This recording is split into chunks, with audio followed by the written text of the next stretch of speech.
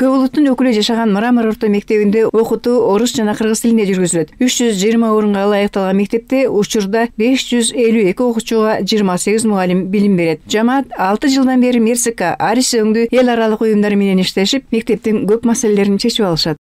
2004-жылы дагы проектке кирип иштеп цех ачылган мектепте, швейный цех.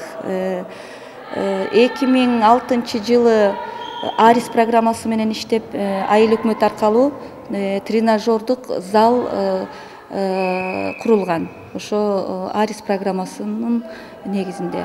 Мектептеги окуучулар менен жергиликтүү жаштардын спорт менен алектенүүлөрү үчүн мында шарт жаратылып, айыл өкмөтүнүн көмөгү менен 160 000 сомдук спорттук жабдуулар менен камсыз болушкан. Ошон үчүн да алар аймакта өткөн мелдеште волейбол боюнча 1-орунга, тогуз коргол боюнча 3-орунга ээ болушкан. Ушул сиздер көрүп турган тренажерлорду биз Арис программасынын негизинде алганбыз. Ушул жерде окуучулар дайым машыгып турушат. Ошондой эле райондук волейбол турниринде 1-орунду алып келгенбиз. Өкмөттөр арасында спортсмендердин жоокереси, тамак аштары айыл өкмөтү тарабынан дайым колдонуп турулат. Аларча айыл өкмөтү тарабынан Мрамор айылына келип иштеген мугалимдерге ижара акысы төлөнүп берилет. Андан сырткары мугалимдер жергиликтүү салыктан да бошотулган. Жаш мугалимдер бар, жанагы депозит молодых учителей деп айтылат экен. Ошол кыздарыбызга, ошол мугалимдерибизге айыл өкмөт тарабынан квартплатасын ай сайын төлөп берип турабыз. Андан тышкары баардык ушул мугалимдерибиз биздин коммуналдык салыктан бошотулган.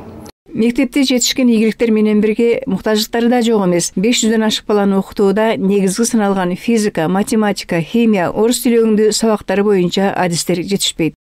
Эң негизги проблемабыз биздин мектептин бул педагогический кадрлар жетишпейт, специалисттер жетишпейт. Ошондуктан сааттар көп, мугалимдер болсо баягы көбүрөөк нагрузка менен иштеп атышат. Мына ушундай кыйынчылыктарга карабай жаштарды тарбиялоодо педагогдордун эмгеги мактоо арзырлык. Кышкы каникул учуру болсо да мектеп жетекчиси кесиптештери менен ой бөлүшүп, атайын жыйын үчүн жылытылган бөлмөдө балдарга билим берүүнүн келечек пландарын иштөөдө. Калия Карыбекова, Токтомурат Исраилов, билим жаңылыктарына.